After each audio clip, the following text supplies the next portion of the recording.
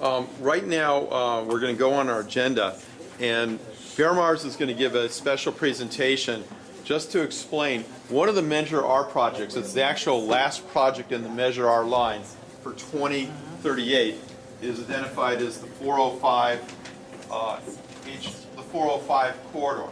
So we've prepared maps. We're actually going to be previewing them tonight. I'm going to hand out the maps, and Faramarz is going to tell you the premise behind Nuys Boulevard and the 405 corridor. So, Faramarz, go ahead. All right. So, if any of you remember back in 1990, when the blue line first opened up, Metro had these snazzy maps that showed some of the theoretical lines that could come about in the future. They were not colored, they had little circles and squares that were somewhere off in the distant, vague future. Well, one of those more or less followed the Sepulveda PCH corridor, all the way from the valley on the north side of the county down to Long Beach in the southeast corner. This is more or less consistent with what we all know as the 405 corridor. The 405 has been the bête noire of many a commuter in Los Angeles. Over 300,000 car trips take place in the Sepulveda Pass every day. Two of the top freeway interchanges in the country by traffic volume are along the 405 and 101 and 40510.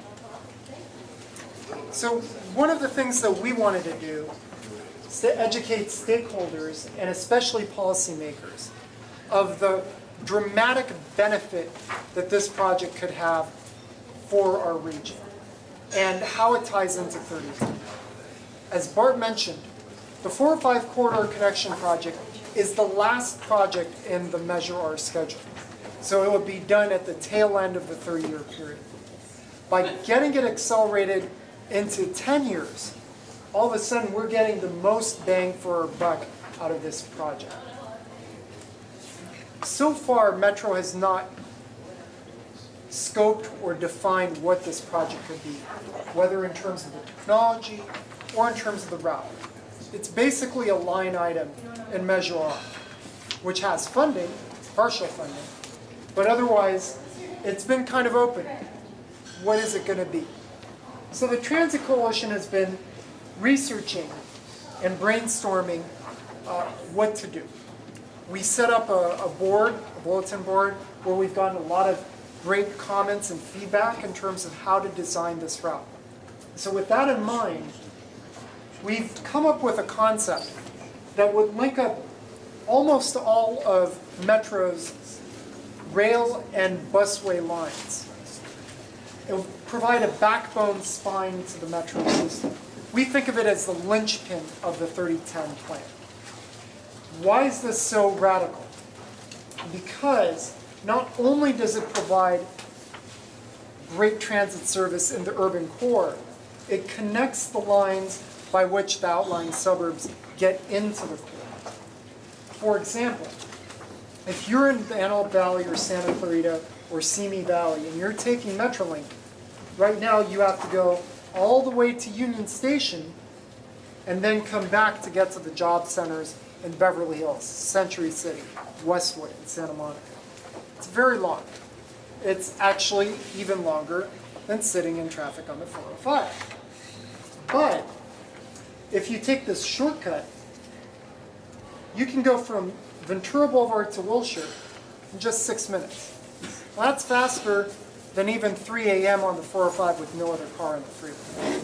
It is a game-changing proposition. So we think a significant portion of that 300,000 car trips might be tempted to take transit. And when it connects to these outlying areas, not only are we solving the problem in the Sepulveda Pass, we're making a dent in the Newhall Pass, in the Santa Susana Pass. So it provides a regional solution. Now, some might look at this and say, well, gosh, this looks like a long line. As it turns out, it's shorter than the backbone line in the BART system, which is the Pittsburgh Bay Point to Mowbray line.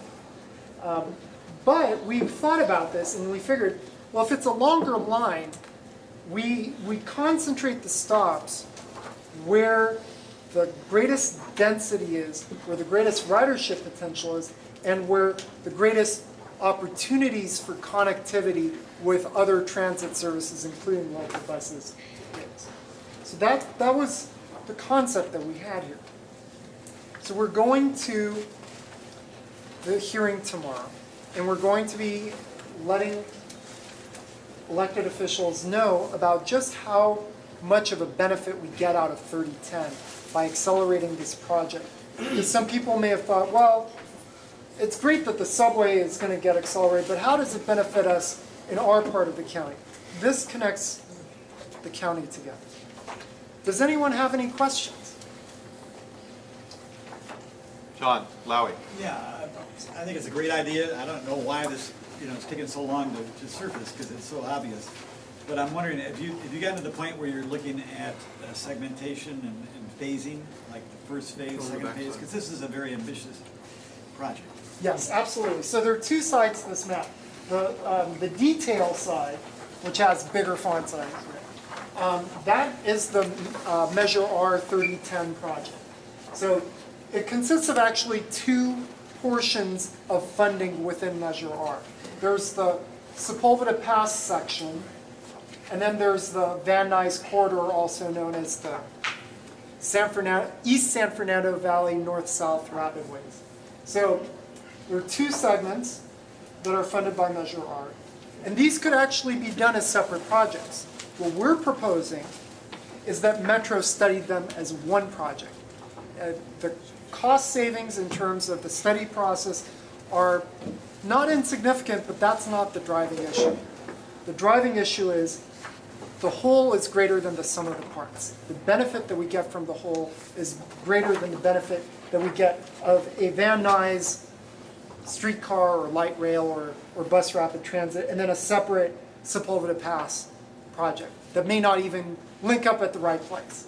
So we want to make sure that it's studied as one corridor, just as people tend to drive on the 405 through there. We want the corridor studied together. What's the total length? The total length of the Measure R segment is approximately, it's approximately 10 miles each. Now it depends on the exact routing. So let's say if you take the routing that we chose, it's about 6 miles from Ventura to Wilshire, another 2 miles to, mile and a half to Pico, another 2 miles north to the Orange Line. Just the total will be fine. Sure. So the total is about 18 miles for this segment. And the whole thing? The whole thing, the long-term, well past Measure R vision would be approximately 55 miles. And that compared to approximately 61 miles on the Pittsburgh Bay Bridge. Gentleman over here. Okay. What's your name? Nathan Griffin. Nathan. Oh, thanks, Nathan. I was wondering, because it seems that it might be incredibly hard to try to get some sort of transit through the South Bay and especially through Palos Verdes. Would there be any way, or possibly considering routing it through the harbor subdivision and using that route as well? Excellent question. So the harbor subdivision is on here, not only the Measure R portion, but a post-Measure R portion for visualization purposes. Now, in the South Bay Harbor area, both Long Beach and San Pedro want to have the terminus for the Green Line extension. So our solution actually addresses this in a very nice way. The harbor subdivision goes through parts of the South Bay that are less dense. It's a great shortcut, but it's not going to have as high of a ridership potential as a route that actually goes where the highest density is. Moreover, the Green Line has 2, potentially in the future, 3-car trains. What we're envisioning here, this could be LRT technology, but it may be 6-car train sets. So it may make sense to run the Green Line extension down to San Pedro, which would probably have lower ridership, and then have the higher ridership route go to Long Beach. So that's why we crossed it the way we did, and we had it going as close as possible to the old red car alignment near the coast. I should also add here that other than the tunnel under the mountain, our vision is, for the most part, this would be at grade to keep the costs Not down. with 6 cars, it's not. It's going to be tough in some places. If we want to do it 6 cars, you might have to do it a shorter trip. Heavy rail. Could be light rail. I mean, we're not talking about electrified third rail if technology, if that's what you're thinking. Have you estimated how much it would cost you to build this? Well, I'm going to be honest in saying that all we can do is give a back of the envelope guesstimate, and using the numbers that Metro has for other Measure R projects. If you were to assume that the deep bore tunnel roughly from Ventura Boulevard to Wilshire Boulevard, perhaps down to Santa Monica Boulevard, is roughly in the range of $150 to $200 million a mile. And that's about 6 to 7 miles. That's the largest chunk of the cost. So that would roughly be 6 times 2, 1.2 billion, maybe 1.4 billion. The stations, those that are deep bore are rather expensive. So UCLA and Wilshire would probably be deep bore stations, an extra 100 million for each of those. So that might be 1.4 to 1.6 billion. The at-grade alignment along Van Nuys Boulevard, where you don't have to purchase right-of-way, it's there, it's a former red car alignment. That might be more like $30 million a mile, maybe 40 million if you work in the cost of the stations and the rolling stock and whatnot. So that, if you assume that's about a 10-mile segment there, I know, could be more, could be more. Another 400 million. I'm trying to close it out. So that's about 2 billion, and then from Wilshire to Sepulveda, you might figure if that's a cut and cover, might be another 3 to 400 million. So roughly, we're talking 2.4, 2.5 billion, something in that on that range. The reason I'm asking is you're looking for a portion of, theoretically, I guess, or hopefully, 30-10 allocations. Right. So that you can accelerate this. But when you've got a dozen different projects all vying for this money, the $8.8 billion they want to borrow from the federal government, which will actually preclude spending of Prop R money, because debt service on this thing is going to have to be taken out of your roughly $1 billion a year income from Prop R. It looks like you're going to have a whole lot of people trying to get not very much money. This project would cost easily $10 billion. So I'll explain. So yeah, if you want to do the whole thing as a subway or elevated rail, it could cost a lot more.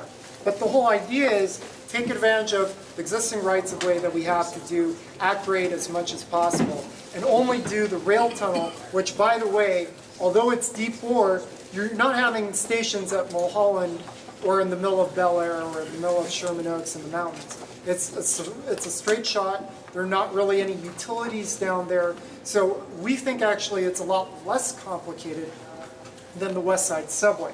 There's $1 billion set aside for the Sepulveda Pass portion, approximately another $100 million for the Van Nuys portion. So that's $1.1 billion. If this project measures up roughly at the same level of competitiveness as the downtown regional connector, and we got the same level of matching from, did you get a map? Okay, which is 60% from the federal government. That 60% would cover the remainder of the 2.5 billion. So actually it would be doable. How about you? So I'm just wondering what I know this is more conceptual up here down here than it is up there, but what's the thought behind Pacific Coast Highway as opposed to, say, making sure that what we're going to call the Crenshaw Line extension to Willow and the Blue Line? Well, why have you chosen Pacific Coast Highway?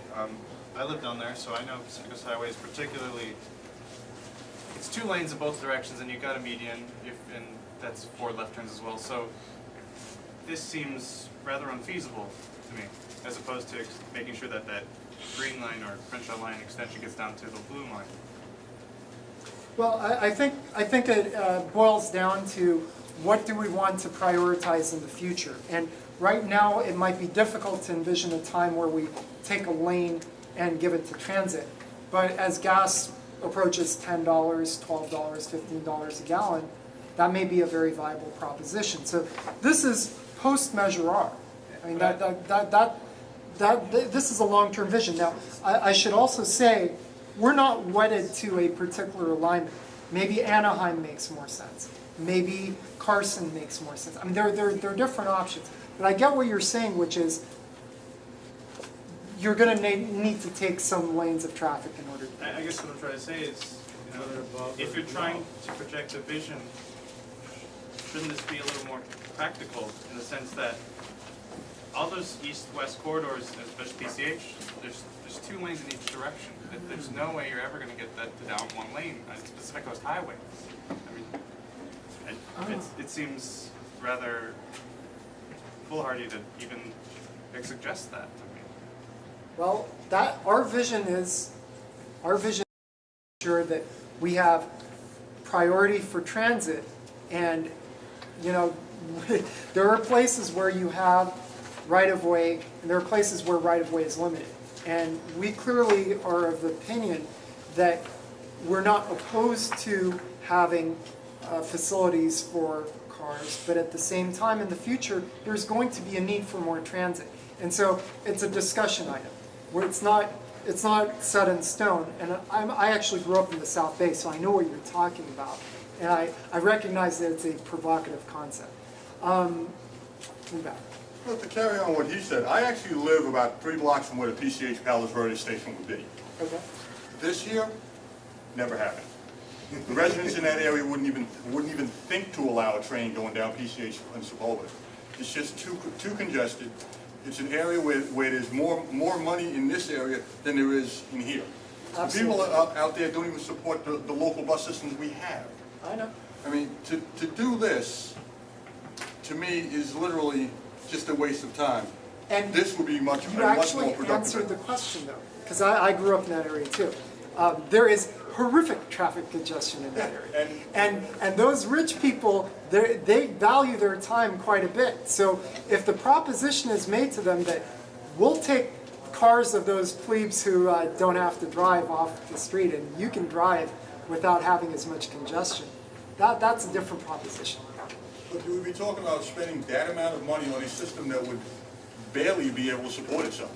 And if you could project more than 1,000 riders a day on this segment here, I'd be blatantly surprised. Well, the idea is between there are a lot of Avalon and Santa Fe, you're dealing with port trucks. You'd have to have a separate right-of-way for that. Yeah. So what we're saying here is, well, that's a whole nother issue. I mean, in terms of moving freight from trucks to rail, and that's part of Measure R actually. But going back to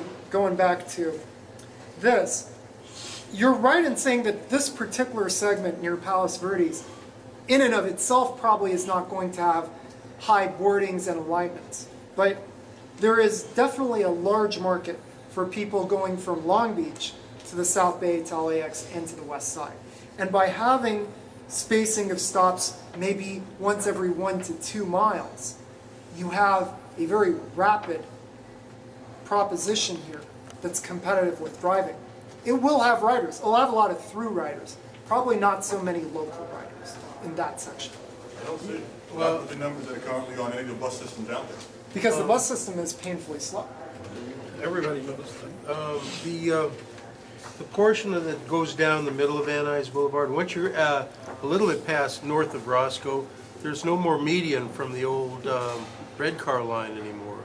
And it still shows you going down Van Nuys Boulevard. I guess that's... You can reduce on-street parking. Well, all right. I don't see any difference. I know what you're talking about. I mean, this is a statement of principle saying we're not just going to wedge in transit where there's space. We're going to make space for transit. And so there's a very clear proposition.